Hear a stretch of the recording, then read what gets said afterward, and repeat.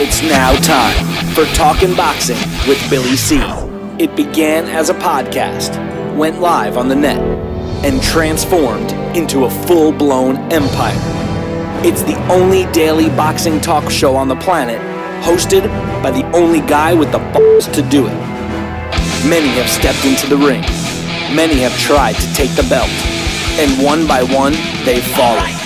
Another victim of the undisputed heavyweight champion of boxing talk radio. Talkin' Boxing with Billy C is on now. My style is impetuous, my defense is impregnable, and I'm just ferocious. I want your heart.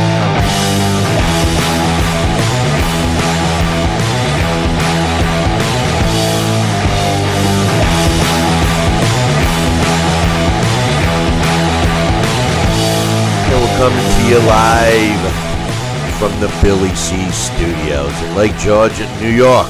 I'm Bill Calogero, and it's time for the Billy C Show. Good morning, good day, good evening, whenever you're listening, whenever you're watching. I hope you're doing okay today. Today's show is being brought to us in part by Sal's Neighborhood Pizzeria and Italian Restaurant, located on St. Simon's Island in Georgia. A place I'd like to be right now. It's freezing up here in upstate New York. Check out his website, www.salsneighborhoodpizzeria.com, or give my man a call, 912-268-2328, 912-268-2328. Find out why I go all the way to St. Simon's for an authentic Italian meal. Today's show is also being brought to us in part by Fight TV. What a lineup Fight TV has, including our show. That's right, you can catch the Billy C Show right on Fight TV. And don't forget, all the fights that you want to watch that your television provider can't get you, you can get it on Fight TV. Visit our website, BillyCBoxing.com, and click the Fight TV embedded player. It's right there on the front page. You can watch all of the fights there, whether they're free, pay-per-view, whatever, whether they're in the States, overseas, wherever they are. Fight TV brings them to you. And, by the way, speaking of Fight TV, don't forget to download our free app so you can watch this show wherever you go. Download the free app today right on the front page of BillyCBoxing.com. And finally, today's show is also being brought to us in part by my book, Tom Molyneux, From Bondage to Baddest Man on the Planet, is available right now where all good books are sold. And you can get a copy of this book right now while you're watching or listening to the show just by going to BarnesandNoble.com or Amazon.com. Looking to get a signed copy? Visit our website, BillyCBoxing.com, and click on the book. You can't miss it. It's right there. Coming up on the show, Sal and myself, and we're going to get a visit from Daxx Khan later on. We're going to give you our breakdowns and predictions of the big fights this weekend. We have a busy weekend scheduled for boxing.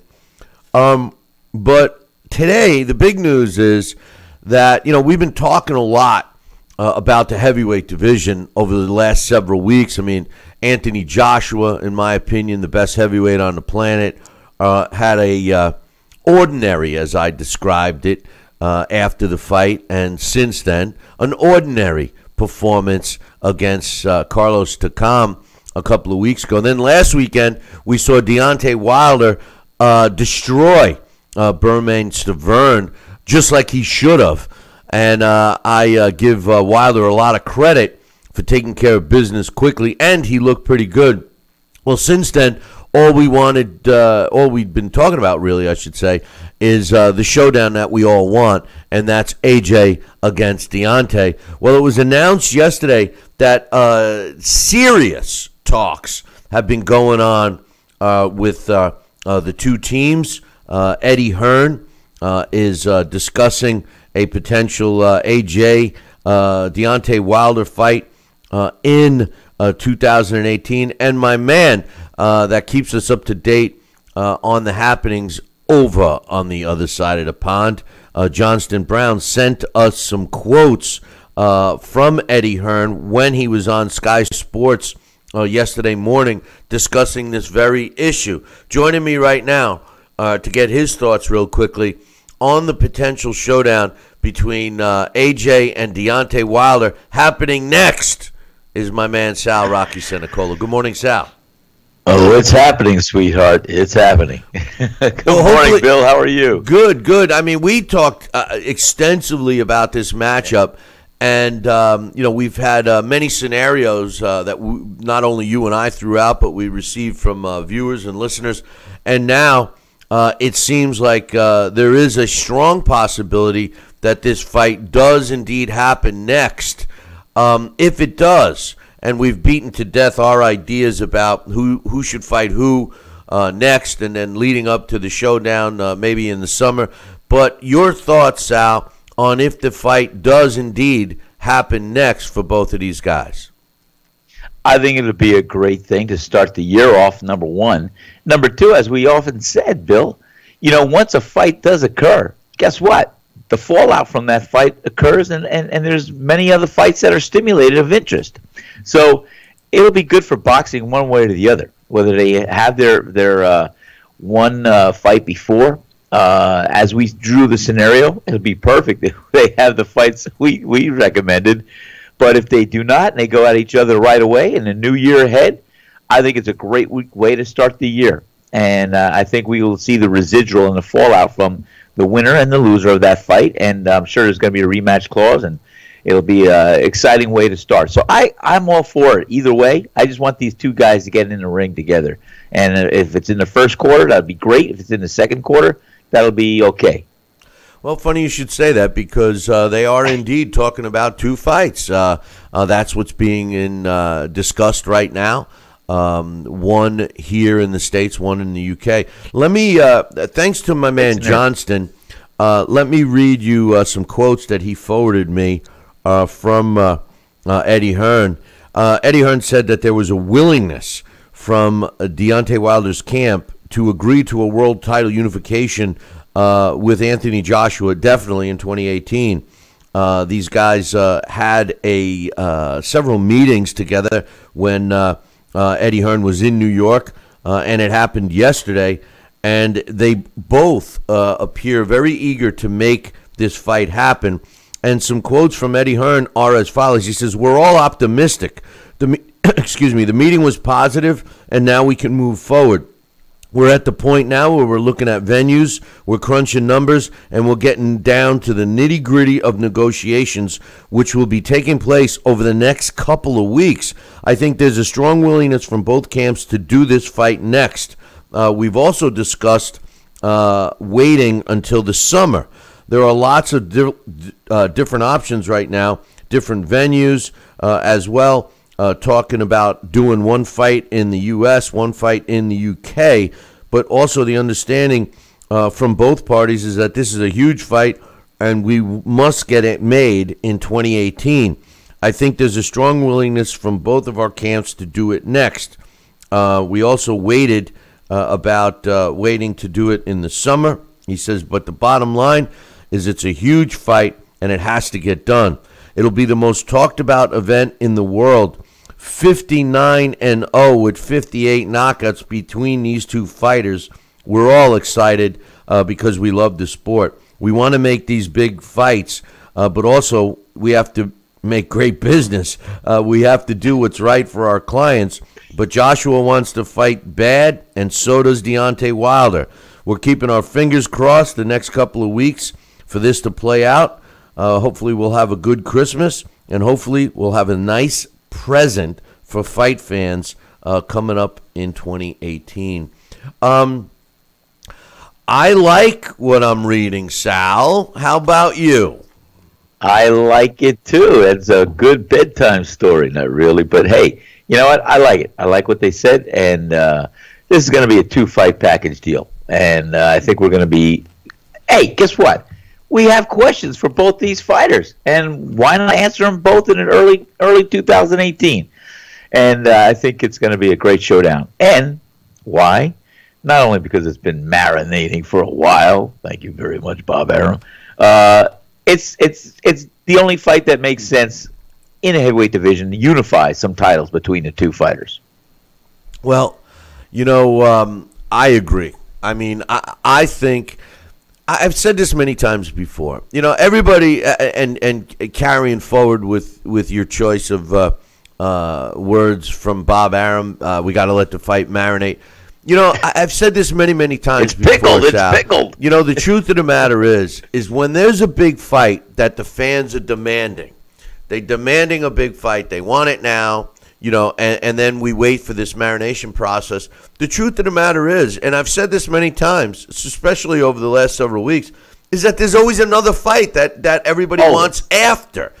So to try to convince the unknowledgeable fan that this is the fight, but we need to let it marinate a little more to get the juices going and more interest and get the fans crazy, that's a complete smokescreen. Because all we're getting at that point, and in this case the fighters are both young, but all you're getting in that point is aging fighters, more mileage on the fighters, fights that the fans really don't want, and there's always the risk factor, Sal. You have said many, many times, and this is the case with any weight class, but specifically for the heavyweight weight class, is that somebody could upset the apple cart anytime. Deontay Wilder or AJ take an easy fight that they presume is easy, and next thing you know, they're looking up at the lights, and millions of dollars go down the drain. And you can make the argument for that exact idea in AJ's last fight against Carlos Takam. He didn't blow him away the way Deontay blew away Stavern. Most of us believe that both of these fighters should have blown away these opponents similarly to the way Deontay blew away Stavern. And if you can't see that this fight would do well right now, I don't know what to tell a fan, but I think I say all for it right now. Next fight, first fight for both of them in 2018, Sal.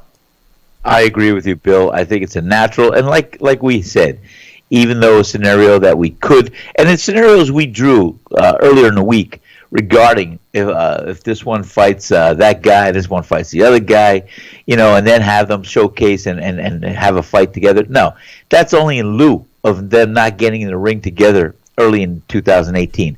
That is a natural layup. That's the way we want to see it, and this is the way it should happen. And you know what? No excuses, questions answered, and all the above. I think it'll be a dynamite way to start 2018. We'll have the rematch to talk about after the fight. We'll also have Canelo Alvarez and Triple G coming around the corner. So there's going to be some good fights to look forward to. But this fight has to happen right away. No more marination. Let's get it done, and let's see who the best is between the two. Because I'll tell you what, I'm not going to lay any money down right now on who I think, but I'll tell you, it's not a layup for Joshua, and it's not going to be an easy one for Wilder. And but they do have two things in common. They got punching power, and they get the desire to win. Well, it's not a layup for both. And if Deontay Wilder is disciplined in the ring and employs a jab, it's going to be interesting. If he gets in trouble, we want to see what he does. I mean, listen, we already saw, the beauty of this is we already saw AJ in serious trouble. I mean, this guy was a fly landed on his chin away from going to sleep against Klitschko, and he came back from it. I think that defines a fighter, Sal. When they come back from something, some diversity, whether it be a serious cut that referees or doctors are threatening to stop the fight over, or a beat down for several rounds that all of a sudden they got to, go reach deep and come out and win a fight, or in Anthony Joshua's case where you're seriously hurt, you're dropped, you're down, you're out of gas, and you got to summons up, some powers within and come back. We have not seen that from Deontay Wilder. Deontay Wilder has not been tested in the ring with a quality opponent, so we don't know how he's going to react. He doesn't know how he's going to react. That's something you can't train for. So that's a silent little variable there, Sal, that people have to keep in mind. No, and it is true, Bill. I mean, my last fight with Louis Lamelli for the title elimination fight to face Pernell Whitaker. I went in there with that leg situation, but boy, I walked into a right hand. I got dropped, and I never got dropped like that before, and I was like, "Whoa, what do I do?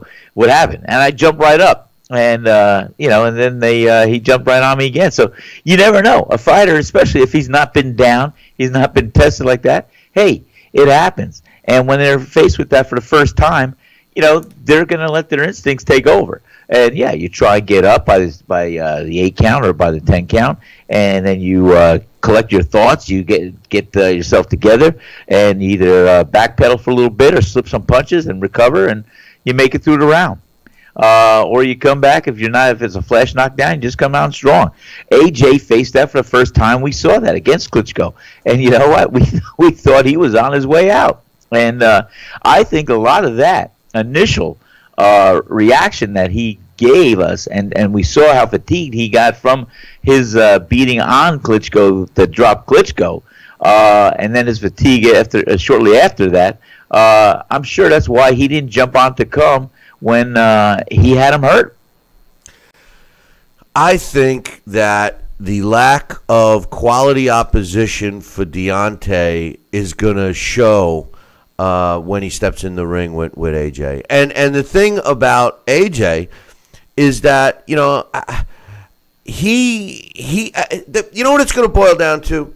Deontay Wilder says he's got the biggest punch in the heavyweight division. And for all intent purposes, we've seen guys go to sleep with one nice solid shot from Deontay. So we can't really question that. But my big question, and then we're going to take a quick break here, is does Deontay Wilder have the same pop in his punch as Klitschko?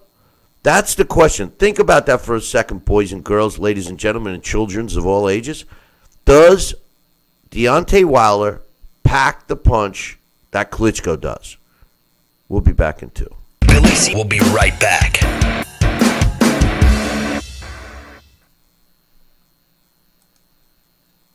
Stop. Living with hair loss, that is. Losing your hair is no fun, and no one wants to be bald, but there is hope. Getting my hair back was the best thing that ever happened to me. I'm happy with the way I look now. I'm very excited about my hair. I feel beautiful. I love my hair. Hair Club offers all proven hair loss solutions backed by our commitment to satisfaction guarantee. If you're not 100% satisfied with the solution you choose, Hair Club will apply the purchase price to another proven hair loss solution or transplant more hair at no charge. It was the best thing I've ever done. It looks good on me. Call in the next 5 minutes to get your free brochure at no obligation. It will tell you everything you need to know about your hair loss problem, and it's free if you call now. I am more pleased than what I had even imagined. I at least look, I would say, 5 years younger. I'm 52, and I look better now than I did when I was in my 40s. I feel great. And that's not all. The first 100 people who call will also receive $250 off any hair loss solution from Hair Club. Call now. Broken air conditioning, $4,400. Failing refrigerator, $2,500. Don't let outrageous repair and replacement bills like these bust your budget. Get the First American Home Warranty Plan. Appliance or system breaks, will repair it or replace it for you. We had a high-end dishwasher go kaput. They put it in the washer. We have plans that cover air conditioning, most appliances, plus heating, plumbing, electrical systems, and much more. Plans start as low as $25 a month. Why let a major appliance or system breakdown bust your budget or go through the hassle of finding trustworthy service people? Last year alone, we saved our customers over $120 million. Don't wait until something breaks and you're stuck with a huge bill. You save a lot of money. It's absolutely worth it. If you don't have First American Warranty, get it. Call 1-800-946-6234 for your free no-obligation quote. This is important news for women using birth control medications and devices. If you or a loved one have been diagnosed with a pseudotumor after using one of these birth control drugs or devices, you may be eligible for a cash award and medical expenses. Contact the law firm of Davis & Crump right now if you or a loved one have used one of these birth control medications or devices and were diagnosed with a pseudotumor to see if you are eligible for a cash award and medical expenses. Call now. Operators are standing by. Are you currently on Medicare? Do you carry a Medicare card? If so, are you suffering from back pain? If you Be eligible for a pain-relieving back brace covered by Medicare at little to no cost, shipped directly to your home for free. These medical-grade back braces are ideal for lower back pain, arthritis, spinal disorders, and other chronic back problems. Will you qualify for a medical-grade back brace? Call Back Brace America at 1-800-290-8300.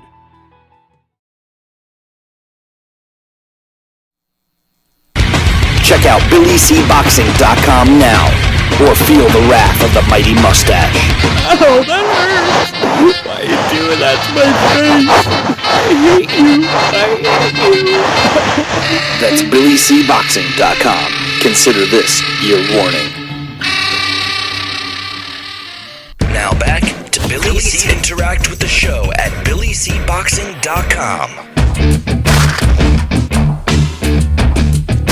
And we're back. You're watching and listening to the Billy C. Show. Glad you could be with us. And I'm joined here with my man, Sal Rocky Cenicola. And we're discussing the news that the potential showdown in the heavyweight division that we all want between Deontay Wilder and Anthony Joshua is actually being discussed. Now, whether it really takes place or not is yet to be seen.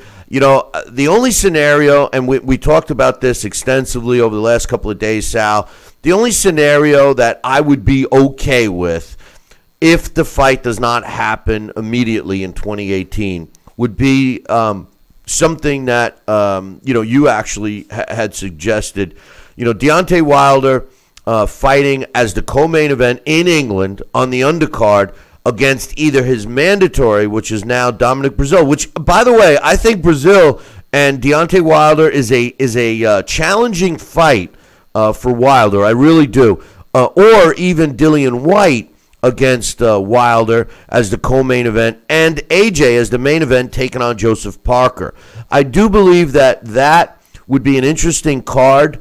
And it would be the final step to a potential showdown. Now, it is a risky showdown for both fighters. I mean, let's face it. Joseph Parker, I know he holds a belt, and not many of us give him a chance to beat AJ, and he's trying to outprice himself. But it's still a risky fight for AJ. And let's face it, Deontay Wilder, any top heavyweight could give him trouble. He's yet to face one, so we really don't know.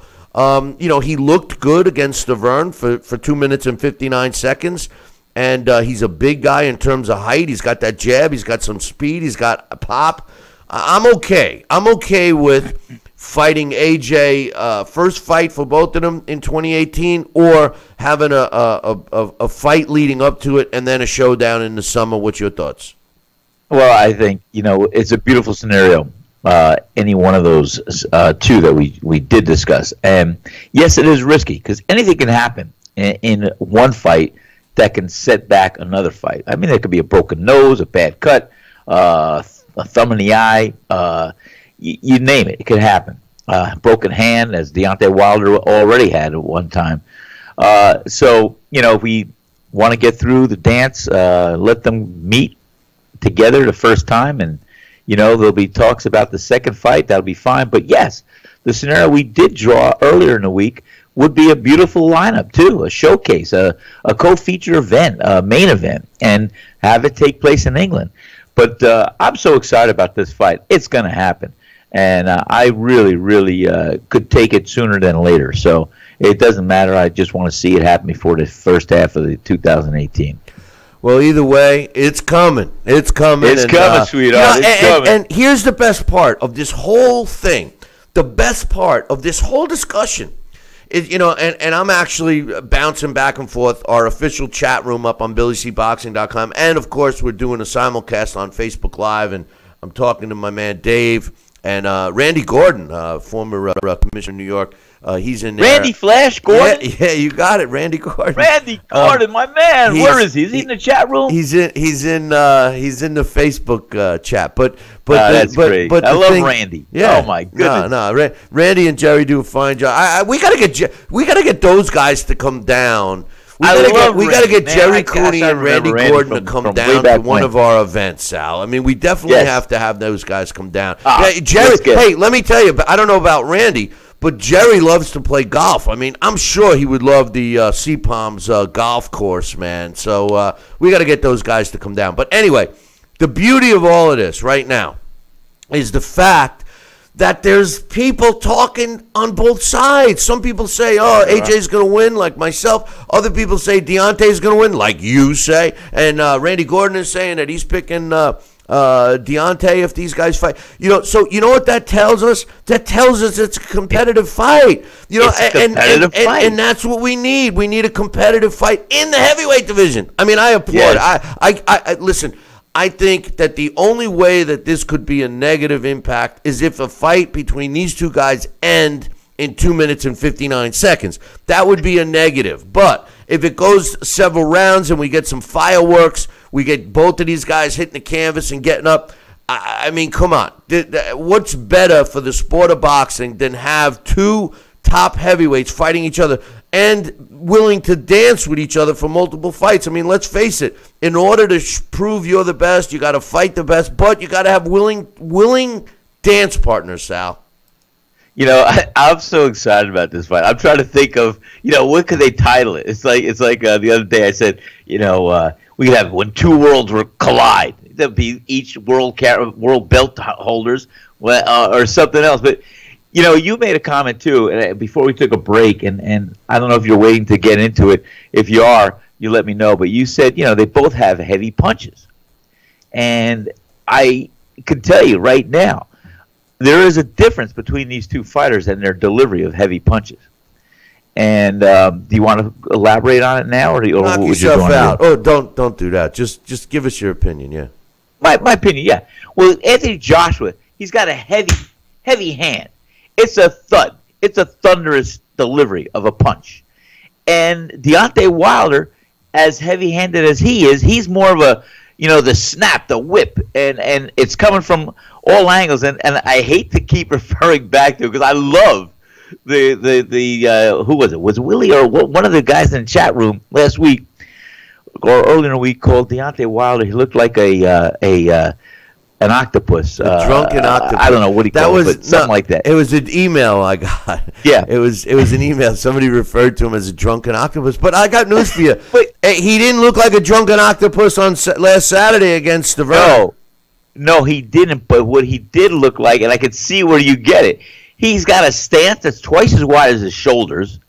And he's throwing these punches from all over. So, you look at what he's doing with his legs twice as far, and boom, and boom. He's a dangerous fighter. And I called it from the beginning, Bill. I said that this is not a layup for Joshua.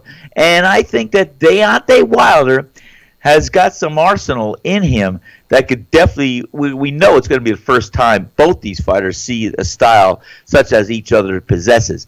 And Deontay Wilder is always going to be dangerous because he's got that whip-like delivery of punches coming from all angles. And, we saw some ability of his boxing and his jab last time. So I'm telling you, Bill, you're going to see a lot of heavy opinions going for both of these fighters. And I think that's why this is going to be a great showdown. The anticipation, the drama they could build up to this, it's going to be a war. Yeah, I can't wait. And that's for sure. I mean, I'm good with two dangerous fights for these guys leading up to it. But I'm also good seeing them fight next and signing a 2-fight deal, home and home type of a deal, where the first fight is in the UK, second fight's in the US. I think that makes financial sense for both fighters. The one thing is that Deontay Wilder has to understand, and I know it's probably hard for him personally because he's had a lot of BS whispered in his ear over the last couple of years. But he and his team have to understand that they're clearly the B side. Now I say B side, not in talent, because we all agree that it's 50-50. But he's the B side in drawing capabilities. Anthony Joshua can stay right in England. He could say, forget about fighting you, Deontay Wilder, and still make his $20 million a pop in England fighting everybody else other than Wilder. So, I mean, from a financial standpoint, Deontay Wilder he has to be the guy that understands that AJ's in the driver's seat. I think that he should take the offer of fighting in England for the first fight, $7 million plus the U.S. television rights. I think that's a very good deal considering that he hasn't made $2 million yet here in the States. And make them sign a rematch clause that brings the fight back in the States that guarantees them, say, 10 or even 12 million.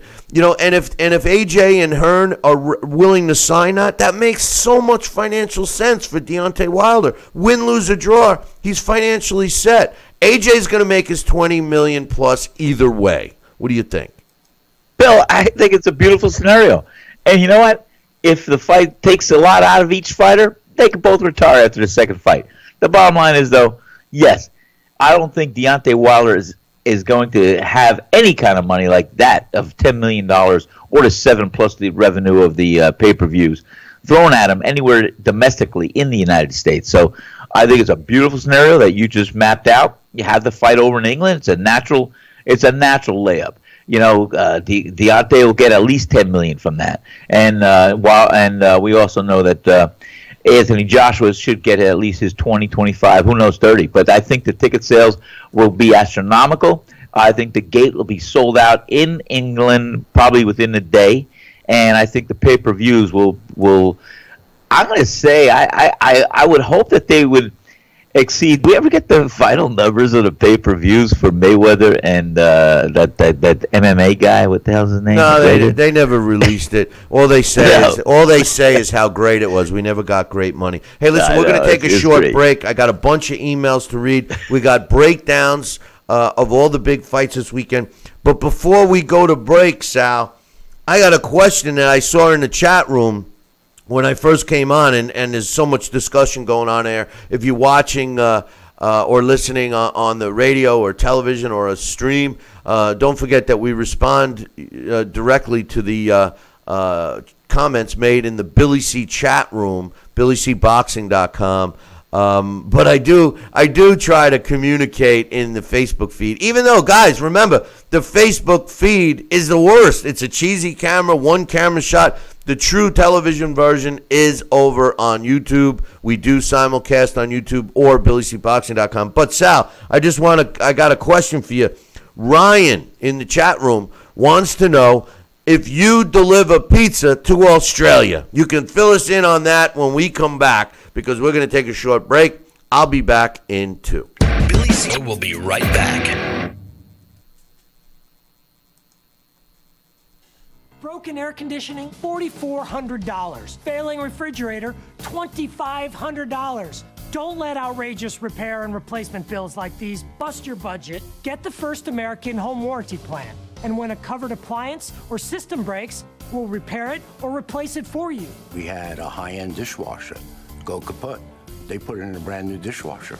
We have plans that cover air conditioning, most appliances, plus heating, plumbing, electrical systems, and much more. Plans start as low as $25 a month.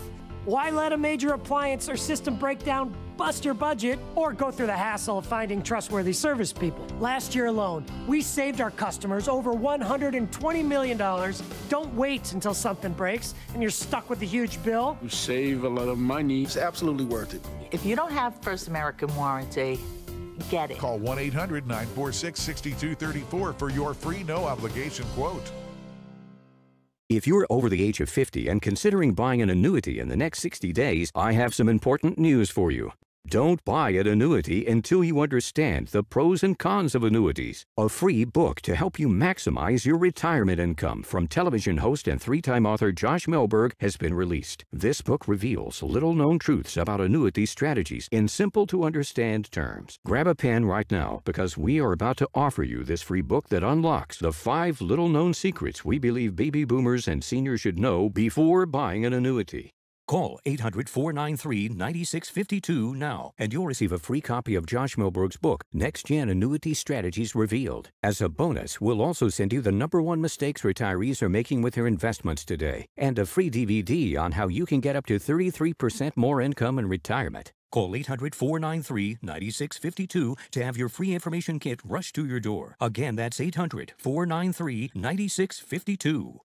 This is important news for people who had a hip replacement and then had to have additional surgery as the result of a faulty hip implant or were diagnosed with high levels of metal in the blood, known as metallosis. You may have a right to a cash award and medical expenses. If you have been diagnosed with high levels of metal in your blood or have required more surgery because of hip implant failure, call the law offices of Davis & Crump right now. Our first consultation is free and we don't get paid unless you get paid. Call now. Operators are standing by.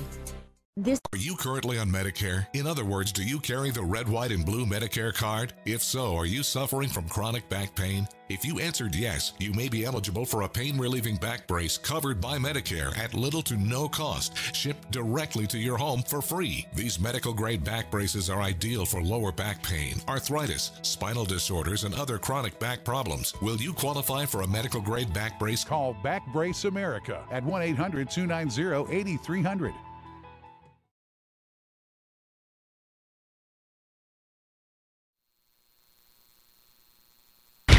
Check out BillyCBoxing.com now, or feel the wrath of the mighty mustache. Oh, that hurts! Why are you doing that to my face? I hate you! That's BillyCBoxing.com. Consider this your warning. Now back to Billy C. Interact with the show at BillyCBoxing.com.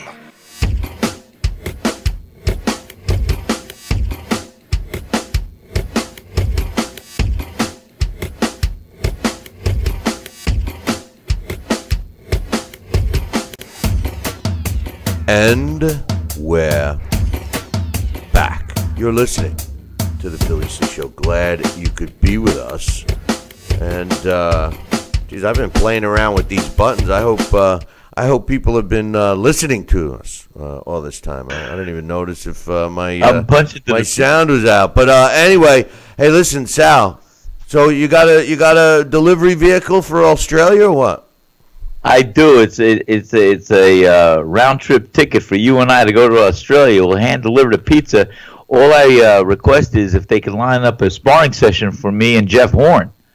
Hey, listen, round trip ticket for me and you to go to Australia. That's like a 5-day event, isn't it? Is it like a 24-hour plane ride?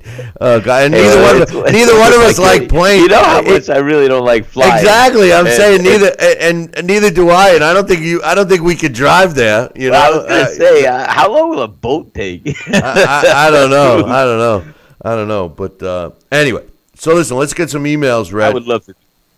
I got before we do that, I got some sports scores to get everybody caught up on real quickly. In the NFL, Thursday Night Football, the Seahawks topped the Cardinals 22-16 to improve to 6-3. The Cardinals, they've got a losing record now, 4-5. In college football, the game of note, North Carolina topped Pittsburgh 34-31. In the NBA, the Wizards beat the Lakers 111-95. The Raptors beat the Pelicans 122-118. The Rockets over the Cavaliers 117-113. The Kings over the 76ers 109-108, a tight one there.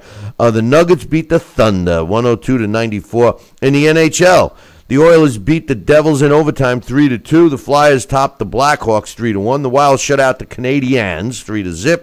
The Blues beat the Coyotes 3-2 in a shootout. The Ducks beat the Canucks 4-1. The Lightning over the King 5-2.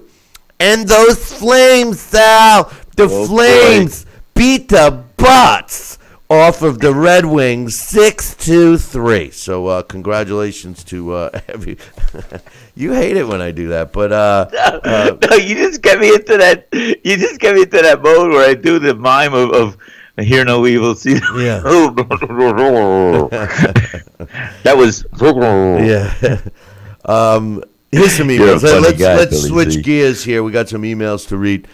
First and foremost, Jesse says, "Hey, Billy C and Sal, I heard that Mikey, he's referring to Garcia, turned down the Linares fight because Showtime had a better offer for him to fight on Showtime for more money. The boxers are negotiating with other promoters." for fights. They're also looking for other fights at the same time. They're talking with those negotiating promoters of fights just in case talks fall through for the fight. I think Showtime is the only one that offers Mikey good money and excellent fighter opponents. HBO wasn't willing to dish out Mikey and Linares good money because they probably know Mikey will win and not fight on HBO again. It's all about the money. I mean, HBO has to do some serious revamping of not only their lineups, but their commentating team. And I got news for you. I can't even watch. You guys know I can't stand Mario Ronaldo. I can't stand him. I'm sorry. What's his name again? Ronaldo. You know. I know. Moro, I just wanted to say it again. Yeah, I just can't stand him. He has no business calling boxing. He's a joke. It's terrible. And when you have two quality guys, a Hall of Famer in Al Bernstein and Paulie Malignaggi, who knows his what, and they're being overshadowed by a loudmouth like Ronaldo.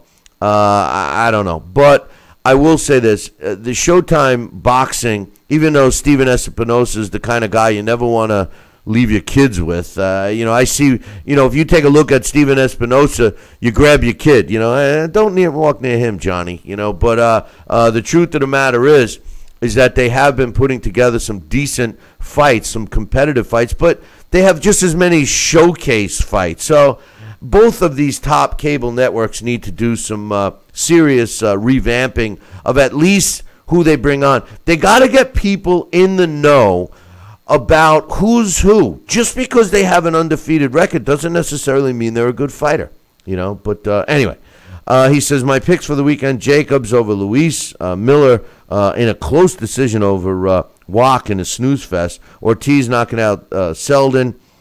That's interesting. Beterbiev knocking out Enrico, Jose Carlos Ramirez knocking out Mike Indeed Reed, Saucedo over Gustavo, Leon Williams over Smith.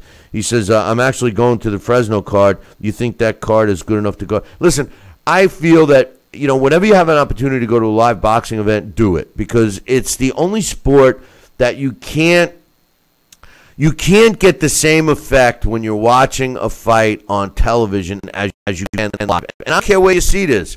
If you're live and you're, at an event, a boxing event live, there's so much energy and feels and smell, and you can hear the punches than you can on TV. Don't you agree with that, Sal?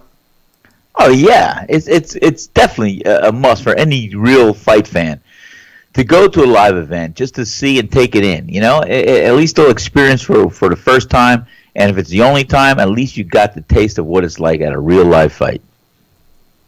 Yeah, I mean, it's definitely you got to do it. It's worth it. It really is. Yeah, no, I agree, 100%. He says, "What's your thoughts on Fury actually going for Wilder to knock out Joshua? He calls Joshua chicken.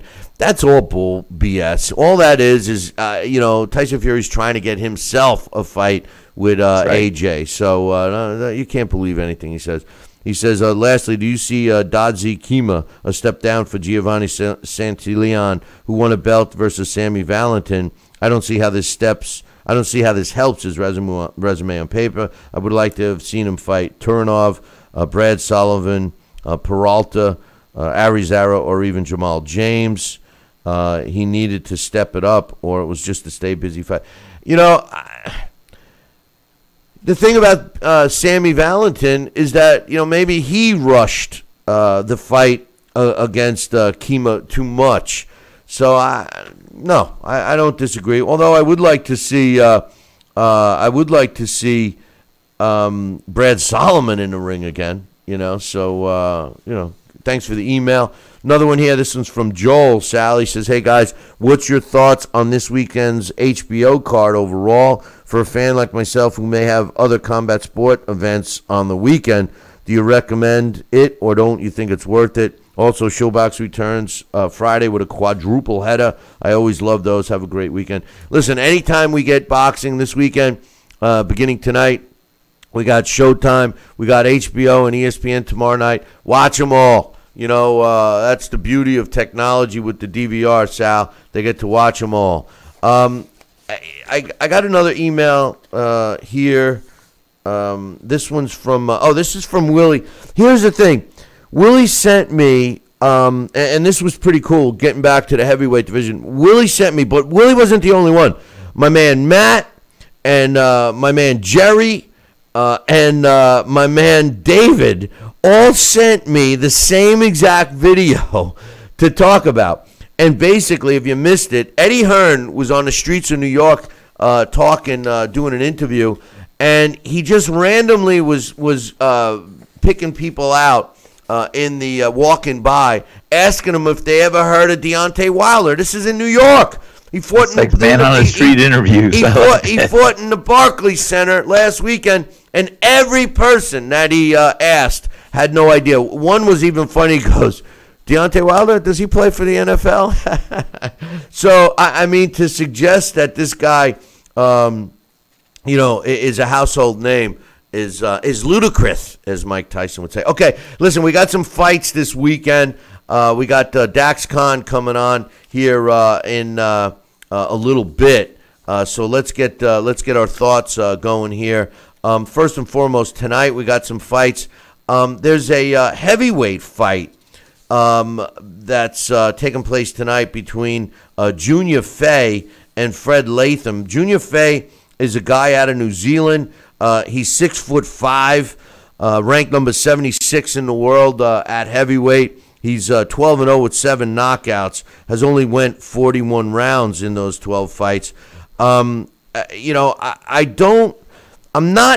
He's 28 years old. I mean, he really hasn't fought anybody yet. I mean, it's hard to really get a gauge on him. I mean, a couple of the names that I'm not going to mention on his resume are guys that are basically professional opponents that don't even really come to fight, and they went the distance with him, a couple of times.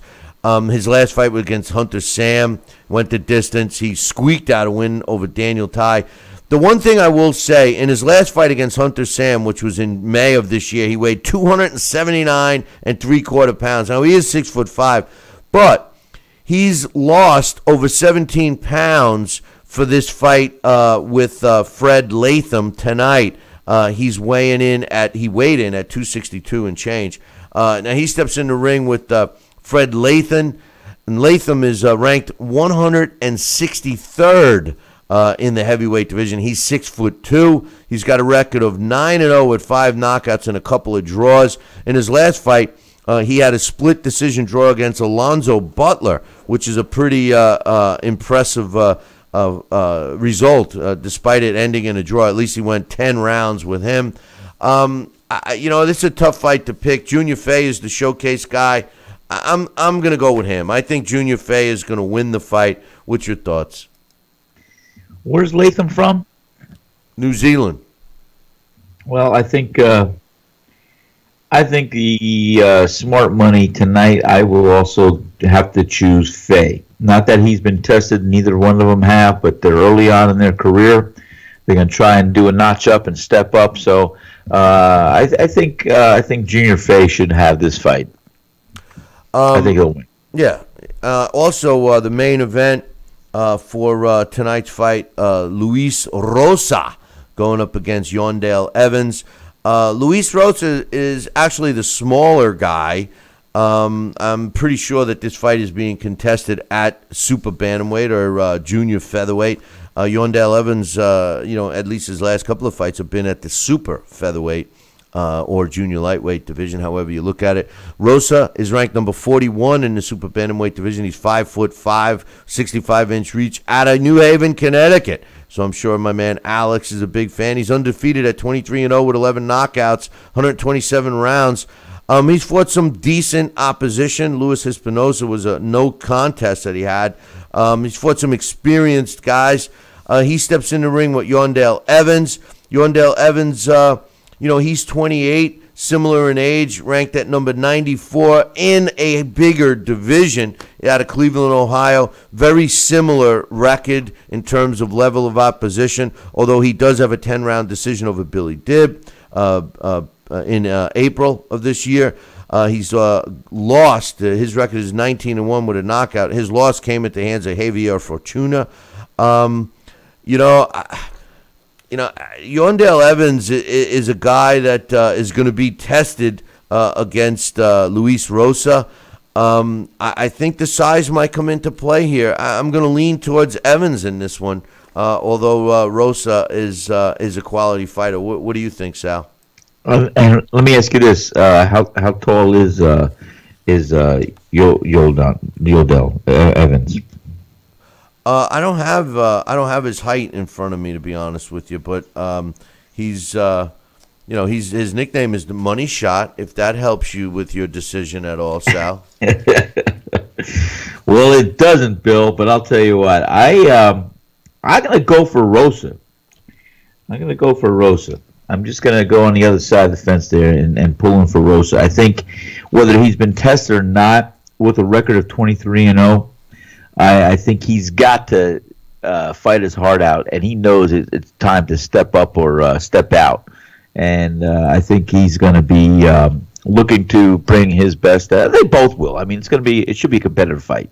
And I think Rosa, hey, he's going to have to really fight and pull everything out of his arsenal. And I think he should probably prevail as a winner. Now, over on Saturday, on ESPN, there's a couple of good fights that we're going to get to see. We'll start off first with Mike Reed. Yes, indeed, Reed going up against Jose Carlos Ramirez. Mike, yes, indeed, Reed is ranked number 48 in the world at welterweight. I believe he's moving down to fight this fight. He's 24 years old, 5'6" southpaw, 23-0. 12 of his wins coming by knockout. His last fight was, I think one of those career-defining fights in a sense. He fought Robert Frankel, who's a tough guy, and went 10 rounds with him. Prior to that, Reyes Sanchez, he's got a win over Aaron Herrera back last year. He's fought some decent opponents. They've carefully moved him. He's a good fighter, and he's young, and he's got a good training group that's with him. 5'6", like I said. Now he steps in with the taller guy, who is 5'10", orthodox junior welterweight in Jose Carlos Ramirez. Similar in age, he's 25. He's got a similar record, 20-0 with 15 knockouts. He hasn't. Yusuf Kinda was a decent win for him. Manuel Perez, a good win. I think these guys are very evenly matched. This is a tough one to pick, but I think Mike Reed might be in a little too tough. I think I'm going to go with Jose Ramirez in this one. Your thoughts, Sal? Well, and I've got to become more familiar with these guys. I want to look at them today. But I'm going to go with Reed. I for personal reasons, I think, I just at that weight, a 5'10" guy, I think he's going to have a very lean body mass. And I think that Mike Reed, if he's using his height as an advantage, meaning he's 5'6", he might be the smaller target. He's going to move in, try to cut the ring off, and do what I would suggest doing, and just bang the body. The body's a big target, and when the body gets banged, the hands fall, you go up to the head. So I'm going to go with Mike Reed. All right. Next fight, the main event on that card, will be Artur Beterbiev going up against Enrico Colling. Colling, out of Germany, is ranked number 19 in the light heavyweight division, 5'11", 27 years old, only beaten once, 23-1. Never's been stopped, but he's not a power puncher. He's got only 6 knockouts. He's won a lot of rounds in those 24 fights, 176 to be exact. He fought Rhino Leyenberg in his last 2 fights. The first fight was a bit controversial, split decision win for Colling, but the second one was a little more one-sided as a unanimous 10-round decision.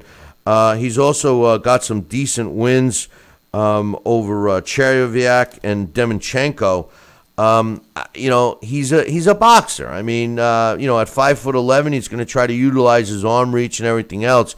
Now, Artur Beterbiev is one of these fighters that have had a very extensive amateur career. He fights out of Canada. He's had some issues getting fights. He's much older at 32, but around the same height. He's 5'11.5". He's got much less rounds than his opponent at 31, but he's got such an extensive amateur career. He's gained all his experience there. Now, he's 11-0. All of his wins coming by knockout. He fought Chris Cloudy, beat, knocked him out quickly in 2 rounds. I mean, he busted onto the scene early, fighting some tough guys. I think that he's going to continue his dominance. No disrespect to Coling, but I'm picking Beater Beav in this one. He's a tough out, Sal. Yeah, I see that, and I think for both of we just lost your audio for a second. I'm talking. No, I'm teasing. Anyway, I think Beater Beef should come out the victor. The next fight I want to talk about is one that we kind of touched on the other day in the heavyweight division. Maurice Wach going up against Jarrell Baby Miller. Wach is 8 years older at 37. Former world title challenger, fought and lost to Vladimir Klitschko, but he was not stopped. He went the distance. He does have a knockout loss on his record, and that came at the hands of Alexander Povetkin back in 2015. He's got a record of 33-2 with 17 knockouts, 211 rounds. Big guy, 6'7.5". He's 8 years older. He's ranked at number 20. He's got a height and reach advantage, 3.5 inches taller, 4-inch reach advantage. The thing about Wach is he's tough, but he's not busy. I think his last fight was a big win for him. He won a 12-round decision over Erkan Tepper. He's got the loss against Povetkin. He's got the loss against Klitschko. 2 experienced fighters. He's going to be a tough out. I was ringside for when he knocked out Kevin McBride. I thought he killed him. But nonetheless, he steps in with Jarrell Baby Miller. I'm not sold on Miller yet. He's ranked at number 12 in the heavyweight division. Normally I love the way the computer rankings pick their fighters, but in this particular case, I don't understand how they can have him in the top 15. He's fought no one with the exception of Gerald Washington, and that fight was a back-and-forth fight, and then Washington's corner threw in the towel between rounds. That was in his last fight. And also for that last fight, he had gained 15.75 pounds from his fight when he fought Nick Gouvias back in 2016. So in 1 year, the guy gains 15.75 pounds. He is 6'4". He claims he's got all these boxing skill. He never shuts the F up. I don't know. I think this is a big test for him. I think that they're trying to set stuff up. He just signed with Eddie Hearn. Wach has been in the gym with as a sparring partner. I think it's all going to boil down to activity level. And if Miller can continue doing what he does for 10 rounds, he'll win this fight. If the extra weight slows him down, he's going to find himself on the losing end, maybe even kissing the canvas up close. The key for Wach is his output level. He's got to throw punches. If he goes in there with the sparring partner mentality and waits to counter, Jarrell Baby Miller will win the fight. I'm on the fence with this fight, so I got to pick somebody. I'll pick Miller because I know that any close fight, he'll get the edge. What's your thoughts? And how old is Miller? Miller? Yeah. Is, let's see, how old is Miller? Roughly. He's 29. 29. And what's his record right now? Come on, man. He's undefeated. He's undefeated. But how many he's fights 19-0, 17 knockouts. Right. Well, I think he does have the record, but not really the real resume. I'm gonna go with Wach, and I know Wach is the B side here, but I think Wach, he's 37. He's got his last hurrah in him, maybe, and like you said, he's got to keep busy. And the Baby Miller, I'm gonna tell you, gained 15 pounds. I think that's gonna come into play. And I think it'll affect his his normal output and his style. And I think that it's going to be a good fight. But I'm going to pick Walker on this one. Well, just keep in mind he gained the weight over his last 3 fights, so it's not like he gained it all in between the last fight and tonight. So I mean, and Saturday night. Plus, now you're giving me the Paul Harvey rest of the story. I thought it was last night. He didn't look like he slimmed down any in the photos. Well, he's going to do the weigh-in tonight, but we'll see. I'm just saying he had gained 15 pounds over his last 3 fights. And he certainly didn't look that chiseled in his last fight. Well, I'll tell you what, I know, but he's still a growing guy. He's 29, so he's just filling out. He's becoming a man. Yeah, he's filling out in the opposite direction. He's filling out like a barrel fills out. But anyway, there you go. Finally, the main event really of the weekend is former world middleweight champion Daniel Jacobs is stepping in the ring with undefeated Luis Arias. Arias is a middleweight, ranked at number 17 in the world, 18-0. He's only fought 90 rounds in those 18 fights. He's got 9 knockouts. The computer sees him at number 17. Like we talked a little earlier in the week, I give him credit for the Arif Magomed fight, Daryl Cunningham and Jorge Silva. Even though Jorge Silva doesn't look impressive on paper, he's a tough out. And Arias can fight. I mean, this is a guy that he can box. Given the right opponents, he can stop his opponents. Now he steps in with Daniel Jacobs. Danny Jacobs is a guy that I've always thought he was an exciting fighter, but I didn't really give him the credit that I should have. He's ranked at number 4 in the world at middleweight, former world champion. He's 30 years old. We all know the cancer story. His 2 losses. He was knocked out against Dmitry Pryorg. That's when they discovered he had cancer. He came back, and he's got some good wins over decent opposition. In my opinion, a lot of them you could say were handpicked, but nonetheless, Sergio Mora twice, Peter Quinlan. I still think that fight wasn't on the level. Blew him away. But the last fight he had was against Triple G. That took place in March of this year. There were a lot of people that felt that he won the fight. The judges felt that Triple G not only won the fight, but won it in unanimous decision fashion. He looked huge for that fight. And, I think he's back to, just a normal middleweight at this point. This is a tough fight. Arias can fight, but Daniel Jacobs just signed a long-term deal with Eddie Hearn. He signed a multi-fight deal with HBO. I would find it very hard to believe that the powers that be would stick Daniel Jacobs in a position where they don't feel very confident that he's going to win. In addition to that, a win here probably sets him up for a fight against the Japanese champion who just beat Nadam Murado. So I wouldn't be surprised if the next fight Daniel Jacobs is in is for the regular title that the WBA has, because remember, Triple G has their super world middleweight title. So I'm picking Danny Jacobs, and I think that not only is he going to win, but he's going to win in exciting and dominating fashion. Your thoughts on this one, Sal? I'm going to concur and go with your outline of the fight too. I think Danny Jacobs does have something to prove here. He probably feels that he did beat Triple G, and I think he's got a little bit of more to show the world of what he can do. And I think he's going to rise to the occasion. And I like what he does. I like what he brings to the ring. He's got some good skill. He's got a pop on his punch, and I think he's going to teach teachers a little lesson there. I picked Danny Jacobs by knockout in later round. All right, Sal, good choice there. And we're going to take a short break. When we come back, Daxx Khan will join us. We'll get his thoughts on the fights that we just gave you our thoughts on. So don't go anywhere. We'll be back in 2. Billy C will be right back. Part of the Billy C Boxing Network.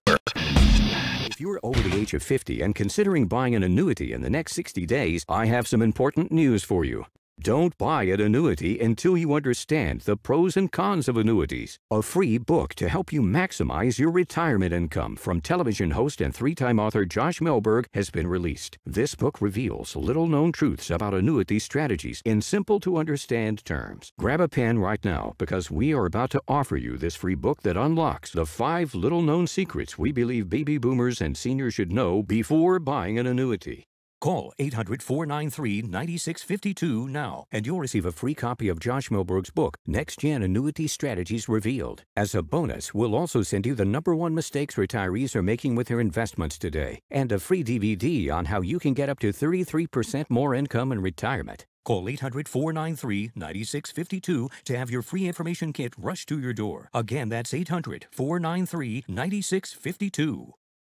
If you or a loved one have had hernia repair surgery with mesh reinforcement and suffered infection, chronic pain, mesh migration, mesh failure, organ damage, or needed additional surgery, call the Rely On Group right now. You may be eligible to receive a cash award and compensation for your medical expenses. Your voice deserves to be heard. Call the Rely On Group to be connected with a personal injury attorney for a free consultation. Call 800-715-4869. That's 800-715-4869. Broken air conditioning, $4,400. Failing refrigerator, $2,500. Don't let outrageous repair and replacement bills like these bust your budget. Get the First American Home Warranty Plan. And when a covered appliance or system breaks, we'll repair it or replace it for you. We had a high-end dishwasher go kaput. They put it in a brand new dishwasher. We have plans that cover air conditioning, most appliances, plus heating, plumbing, electrical systems, and much more. Plans start as low as $25 a month. Why let a major appliance or system breakdown bust your budget or go through the hassle of finding trustworthy service people? Last year alone, we saved our customers over $120 million. Don't wait until something breaks and you're stuck with a huge bill. You save a lot of money. It's absolutely worth it. If you don't have First American Warranty, get it. Call 1-800-946-6234 for your free no-obligation quote. Snacking has never been this exciting. At Graze.com, we combine wholesome ingredients with the flavors we all love to create over 100 exciting snacks, like these. We'd love to send you a Graze sampler box for free. Just go to Graze.com, enter the code ENJOY36, and we'll mail your free box to your home or office. Join thousands of Grazers already in love with our exciting snacks. So come to Graze.com for your first box free.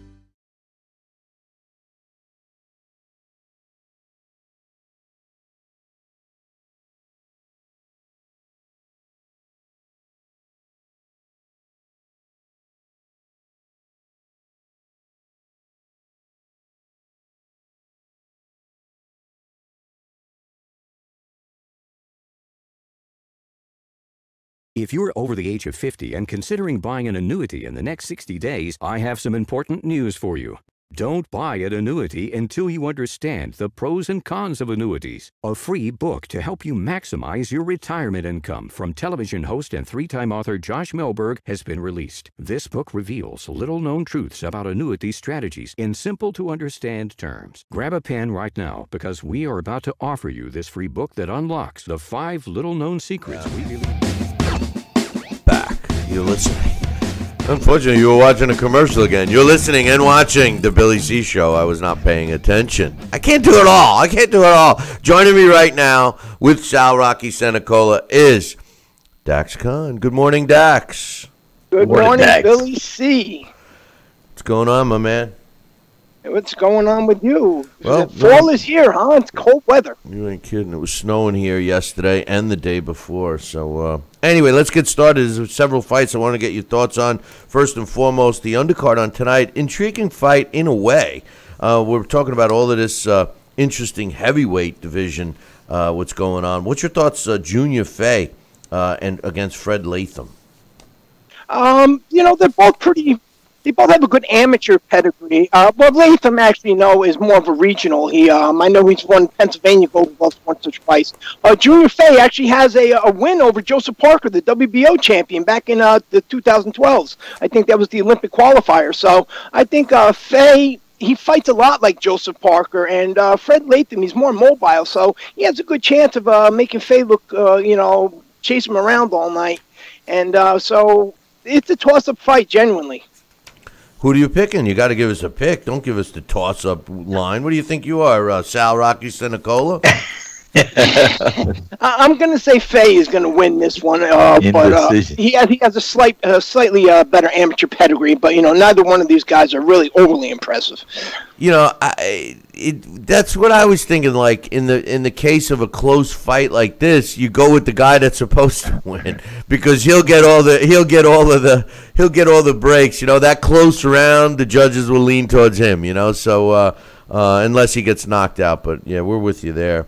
The main event tonight is Luis Rosa against Yondale Evans. What's your thoughts on this one? Evans has been in with better competition than Rosa has. The funny thing about Evans is he's only had one fight in 2 years, and that was earlier this year, a decision win over Belil Dib. And in 2015, prior to that, he took a break from 2012 to 2015. A lot of gaps of inactivity in his career. Rosa, his best-known opponent, and not really a world beater, is Orlando Del Valle. And he hasn't really been all that much active lately. After his he only fought once from 2016 until back in this past June when he scored a win over Carlos Rosario. So I think Evans is going to win in this based on the experience. There's not much of an age factor. Evans is only a year older, but I believe that Evans has been in with the better opponents, and I also believe that he is I just think he's the better fighter overall, and I think he's just going to outbox Rosa. Yeah, I picked him too. They both have similar resumes, and Evans is actually physically bigger. Yes, he is. Yeah, so I think that now but this fight is at junior welterweight, isn't it? That fight is at junior welterweight. I'm sorry, that fight's at featherweight. I'm thinking of the next one. Yeah, I'm like, okay, like a junior welterweight, really? No. I was thinking of the Mike Reed fight. But anyway, the next fight I wanted to talk to you about is that exact fight, Mike Reed against Jose Ramirez. How do you see that one going? It is at junior welterweight. Yes. That there's a lot of good junior welterweight fights this weekend. This fight, actually, in my opinion, has is going to be the best fight on that card. They're both high quality boxers. Mike Reed is a former junior Olympic champion in 2000, 2011, 2012. I know he's a Golden Glove champion. Ramirez, the belt holder, is a former 2012 Olympian. He has fought in the World Games. He's a two-time U.S. championship gold medalist. He actually, in the World Games, he actually lost to Vasyl Lomachenko by decision. My pick here is going to be Ramirez, only because he's faced the better competition in the amateurs. Like I said, it's going to be a high-quality boxing match, but look for the winner of this one to get into the mix of this red-hot 140-pound division, which is pretty much wide open with the exit of Terrence Crawford. Yeah, you're right. That's a good point. That's a real good point. Good point. And but Reed came down for this fight, didn't he? Because wasn't his last fight in welterweight? I believe so. Yeah. But I still believe that Ramirez is the more talented of the two, and he's going to be able, to overcome that. It's not like Reed is a monster puncher. No. The main event, Artur Beterbiev against Enrico Colling, and Colling is a good fighter, good boxer. I don't think he's got the pop to keep Beterbiev away from him, but I think Beterbiev needs a great performance. What's your thoughts on this fight? Beterbiev's a guy that we all have been watching so intently since his 2013 debut. He entered during that, the rise of Sergey Kovalev with Kovalev's aura of invincibility, the reign of the crusher. Except, he had a more accomplished amateur career than Kovalev. In just his sixth fight, he was blasting out former world champions like Tavoris Cloud and Gabriel Campillo, claiming minor titles like the NABA, IBF North American, WBO International, bringing himself into all the sanctioning bodies and the ratings. I was almost sure Beterbiev, before he hit double-digit wins, was going to have a world title shot. Enrico's a little younger. That's his only advantage. I think he has the 3-year age advantage. But in terms of power, amateur pedigree, level of competition, competition. It's nowhere near what Peter Beef has been in with. Quelling his best competition, his best wins are those 2 fights with Rhino Lionberg, and, the split decision, unanimous decision. Nothing tells me he's ready to fight at this level. I'm not even sure how this is for a vacant IBF title, considering Beterbiev, like I said, in 2015, despite winning that IBF North American belt and his win over Campillo, has concentrated on WBA sanctioned titles. He should actually be in there with Dimitri Bivol. This is a gross mismatch in my opinion. Arthur Beterbiev is going to win this inside the 3 rounds by stoppage. Due to the amateur pedigree and the other factors that I mentioned, but his entire professional career has been based in Canada.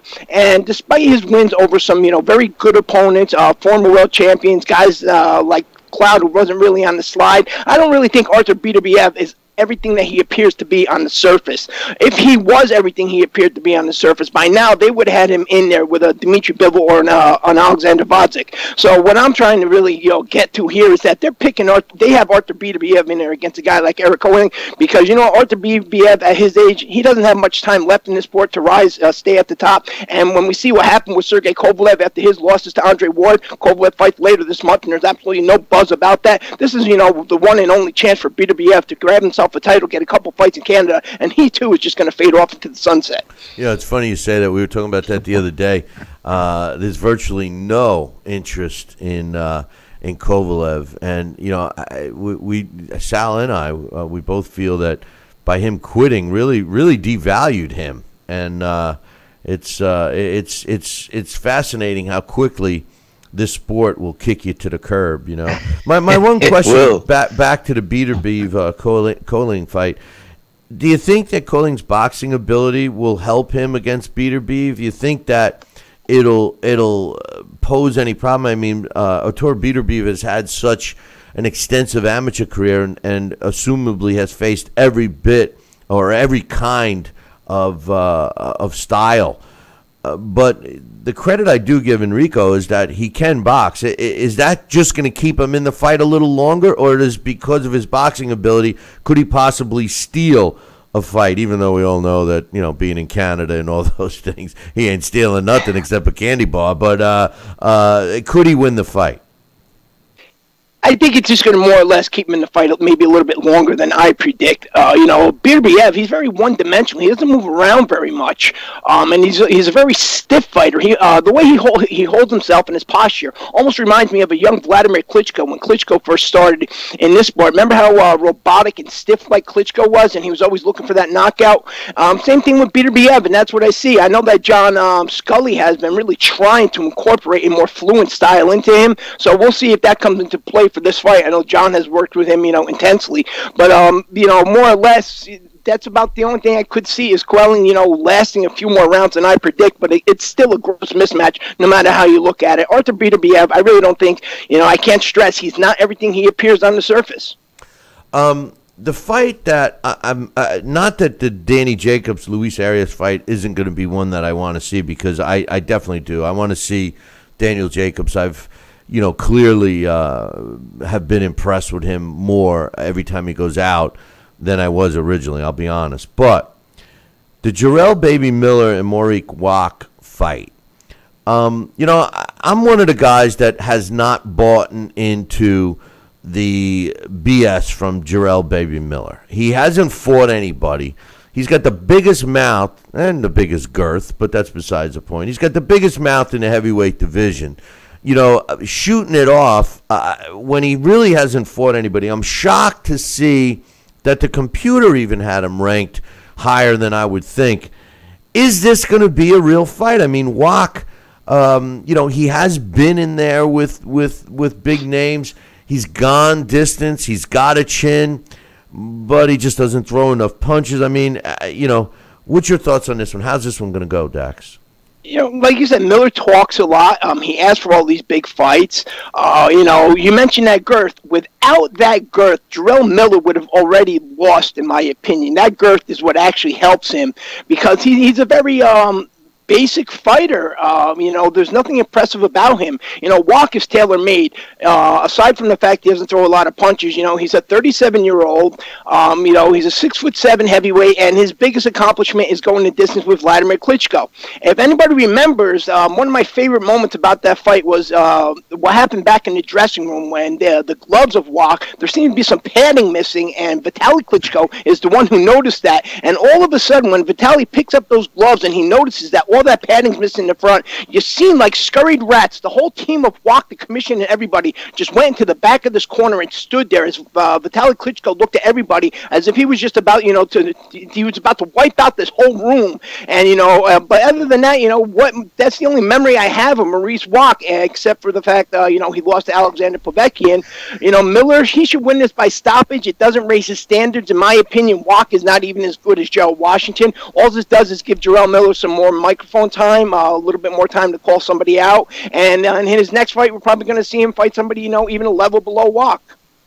You make an interesting point off topic about Klitschko, because Vitaly Klitschko had the mean streak. If you could combine his attitude and mean streak with Vladimir, you would have an unbeatable guy, I think, if you could make. Could you imagine as Vladimir, and I'm not taking anything away from Vitaly, because he was a more exciting fighter. He mixed it up, but he has a mean streak. You see that in the corner when he's in the corner when his brother's fighting. You're right. That's why you talked about that when it happened too. I remember. And the chin. No, he definitely had the chin. That's what I'm saying, and the chin. That's all I'm saying. They're thinking to themselves. They're like, "Wow, Lennox Lewis almost took half his face off, and this guy was arguing. He still wanted to fight. There's nobody in here to help us. What are we gonna do?" Right. Remember that when his face was cut the way it was. But the funny thing is Vitaly. I remember you talking about it after it happened. But, nobody wants to get hit by that guy, but anyway, interesting. So your official pick is Miller? Yeah, my official pick is Miller. Walk is right in there just to make Miller look good. Yeah, I'm not a fan of Miller. And finally, Daniel Jacobs against Luis Arias. Arias is a good fighter, but does he have a chance against Danny Jacobs? Listen, minus the world title, he's very, Arias reminds me very much going into this as Peter Quillen going into his fight with Daniel Jacobs. Arias, he has sensational looking wins, but against very beatable opponents. His win over Magomedov on the undercard of I believe that was Kovalev and Andre Ward, he stopped Magomedov, but Magomedov is a one-dimensional fighter. So he was there for the taking. Arias, he promises to knock Danny Jacobs out at the press conferences. He has stated all kinds of things on how soft the chin of Danny Jacobs is, how overrated Danny Jacobs is, how overrated Triple G is. To me, that's a guy who's actually trying to talk himself into the fight. It tells me he's a little bit nervous. And Danny Jacobs, being Danny Jacobs, has been very calm about it. And same thing, with the lead-up of a lot of his fights. Anytime I've seen an opponent talk a lot about Danny Jacobs has come in there and he's, stopped them in, some pretty devastating fashion. That KO loss, to Pirog, that was back in, 2010, 2011, in boxing. That was a whole career ago. Danny Jacobs, he has a new promoter. He has a new network that's looking to market him. He's going to go out there and make a statement. He only has one more fight under Al Heyman after this. Danny Jacobs is trying to bring his career to another level. As you stated, more than likely he's going to go to Japan and get that fight over there. So Luis Arias is going to go out there. He's going to try and take the head of Danny Jacobs off, and then he's going to realize very quickly, something, I'm in a place where I have never been before against a guy I've never been in, a guy, at a level I've never faced before, who hits like somebody I've never had before. And my biggest mistake was getting this guy mad in the pre-fight press conferences. I'm sorry I even ran my mouth, because Danny Jacobs is going to lay this kid out flat. Yeah, Danny Jacobs got a lot to prove, and he's going to definitely get that world title shot next fight. Any final thoughts, Dax? Yeah, this weekend, like I said, 140-pound this weekend is impressive. One of the fights that I'm really looking forward to this weekend is over in Scotland. Josh Taylor versus Miguel Vasquez. This is interesting again because the 140-pound division is wide open, and with the new IBF belt holder Sergey Lipinets, everybody right now is just vying and looking to, hopefully get this spot where once Terrence Crawford leaves, and both these guys are evenly matched. One's only 30 years old. Really, Miguel Vasquez, his biggest loss was that questionable decision when he lost his IBF lightweight title to Mickey Bay. Taylor, he's a member of the 2012 Olympic team. He just had a sensational win over O'Hara Davies back in July. He has a strong amateur pedigree, so something. All these fights over here at 140 pounds this weekend are the ones that I'm most excited to watch, because once Terrence Crawford exits that division officially and he moves up into the welterweight division, the 140-pound division is going to be the most exciting division in boxing to watch, in my opinion, and that's the one everybody should be paying attention to this weekend. All right, my man. Well, listen, you enjoy Sounds the fights, and we'll be looking forward to you on Monday with your post-fight thoughts. And I'm sure I'll have a lot of them. I usually do. Dax, have a good one, brother. Stay warm, Dax. Stay warm, Dax. It's coming. It's here. We're all going to be moving down south soon, man. Come on down. Yeah, the colder it gets, the closer I'm going to south. Come on down. Anytime you're ready, Dax. All right, guys. Enjoy your weekend. Have a good one, Dax. Weekend. That's Daxx Khan giving us his thoughts on the big fights this weekend. You know what, Sal, before we take a break, I just wanted to touch on a couple of things. One, Tyson Fury, you brought him up before, and Tyson Fury now, talking smack against AJ, predicting Deontay Wilder's going to win, etc. We've heard the name mentioned that, he's a potential opponent for AJ in 2018. He still hasn't gotten his situation straightened out with the BOFC. There was a statement released by his promotional company, Hennessy Sports, and he said, "It's been a difficult couple of years, but we're not going to stop until we have cleared Tyson Fury and Hughie Fury names." And this is in response to an article that was written from the BBC concerning the United Kingdom anti-doping regulatory system. They were saying that both these guys had tested positive for a banned steroid. Now, the Furies claim that the result came from them eating uncastrated wild boar, and feel that the BBBC has damaged his career, and that they're looking to sue the BBBC millions and millions of dollars for lost money in the fight. We've heard this before from Mexican fighters who tested positive for eating beef that contains steroids. What's your thought? I mean, I'm not a scientist, and I don't know how this would transpire. But is it possible to test positive if you're eating food that has a steroid in it? And what levels of it would be maintained? I don't know enough about it, but it seems pretty, as Mike Tyson would say, ludicrous. It's ludicrous, I'll tell you. It's either ludicrous, or it does add to the old adage saying, "You are what you eat." That's a good call. And as I said, I think, if you're going to assimilate and eat and digest a meat or product that contains things, it's going to have some residual. It's going to be some trace substances in your system. I believe that could be true. I do not know that for sure, but it makes natural sense that it may continue and carry. I think it's a great way to come up with an excuse or reason if you do take these substances orally or inject them or whatever you do with them. In addition to, so you cover both your excuses. The bottom line is, we will never know unless somebody comes out of the closet and says, "Hey, guess what? I sold this to him," and or we know he's done this for sure. And I don't think that's going to happen. But to have a lawsuit and everything else, just clear your name, do it by yourself. Stay away from the meat if that's what it's doing to you, or get some cage-free or whatever, roam-free meat, range-free. I don't know. Do whatever you got to do, but clear your name by not having any substance in your system. That's what you do. Unbelievable. Coming out of the closet. I think he's reaching. I think he's pulling straws.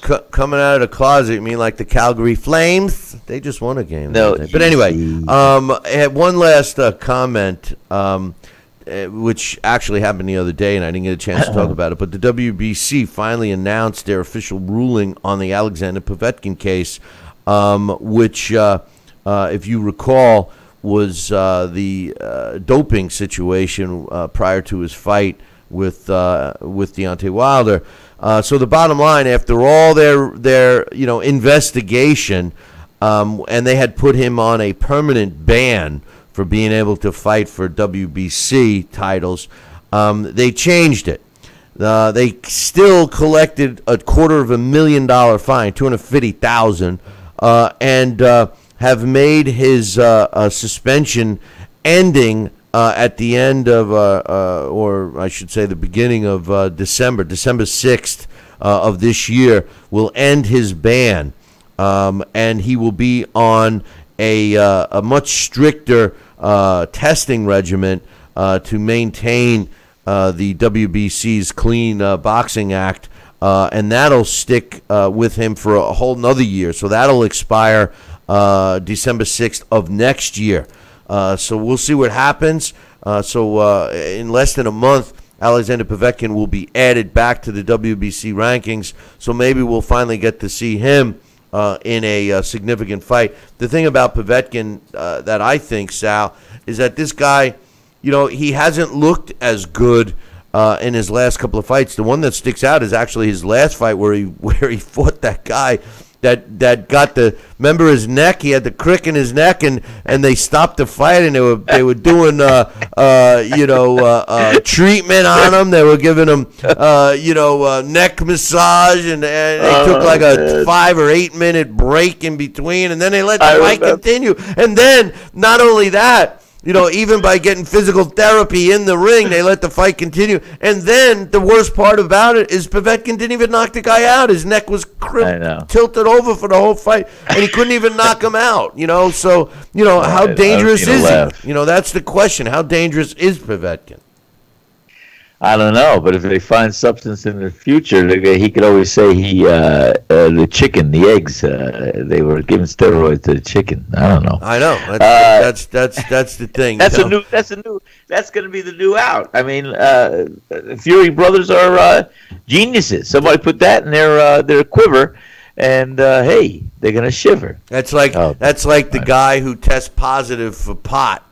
And he says, I didn't smoke. I was in a room that other people were smoking, But anyway. Hey, listen, we're going to take a short break. When we come back, it's that time again.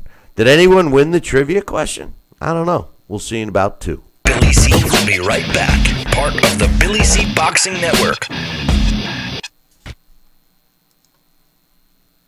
Listen to this important message. If you owe money to the IRS, you will want to hear this. Penalties and interest compound daily on your back taxes, putting you under a mountain of debt.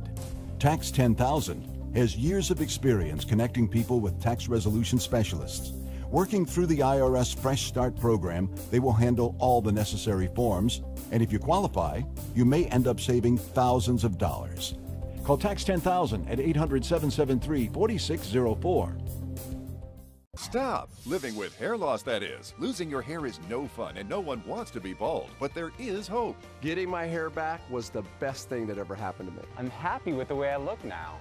I'm very excited about my hair. I feel beautiful. I love my hair. Hair Club offers all proven hair loss solutions backed by our commitment to satisfaction guarantee. If you're not 100% satisfied with the solution you choose, Hair Club will apply the purchase price to another proven hair loss solution or transplant more hair at no charge. That was the best thing I've ever done. It looks good on me. Call in the next 5 minutes to get your free brochure at no obligation. It will tell you everything you need to know about your hair loss problem, and it's free if you call now. I am more pleased than what I had even imagined. I at least look, I would say, 5 years younger. I'm 52, and I look better now than I did when I was in my 40s. I feel great. And that's not all. The first 100 people who call will also receive $250 off any hair loss solution from Hair Club. Call now. Broken air conditioning, $4,400. Failing refrigerator, $2,500. Don't let outrageous repair and replacement bills like these bust your budget. Get the First American Home Warranty Plan. And when a covered appliance or system breaks, we'll repair it or replace it for you. We had a high-end dishwasher go kaput. They put it in a brand new dishwasher. We have plans that cover air conditioning, most appliances, plus heating, plumbing, electrical systems, and much more. Plans start as low as $25 a month. Why let a major appliance or system breakdown bust your budget or go through the hassle of finding trustworthy service people? Last year alone, we saved our customers over $120 million. Don't wait until something breaks and you're stuck with a huge bill. You save a lot of money. It's absolutely worth it. If you don't have First American Warranty, get it. Call 1-800-946-6234 for your free no-obligation quote. Are you currently on Medicare? In other words, do you carry the red, white, and blue Medicare card? If so, are you suffering from chronic back pain? If you answered yes, you may be eligible for a pain-relieving back brace covered by Medicare at little to no cost, shipped directly to your home for free. These medical-grade back braces are ideal for lower back pain, arthritis, spinal disorders, and other chronic back problems. Will you qualify for a medical-grade back brace? Call Back Brace America at 1-800-290-8300.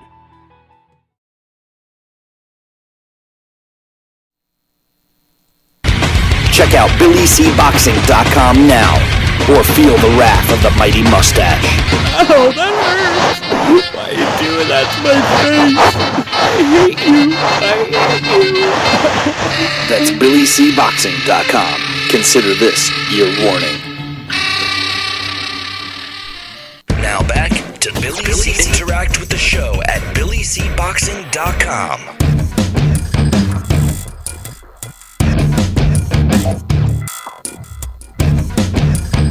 And we're back. You're watching and listening to the Billy C. Show. Glad you could be with us. And we got a big weekend of boxing scheduled, so make sure you tune it in right here Monday when we give you our thoughts. But, Sal, we've been tormenting our listener base for a little over a week now, maybe 2 weeks. Maybe on 2 weeks. On a real tough question.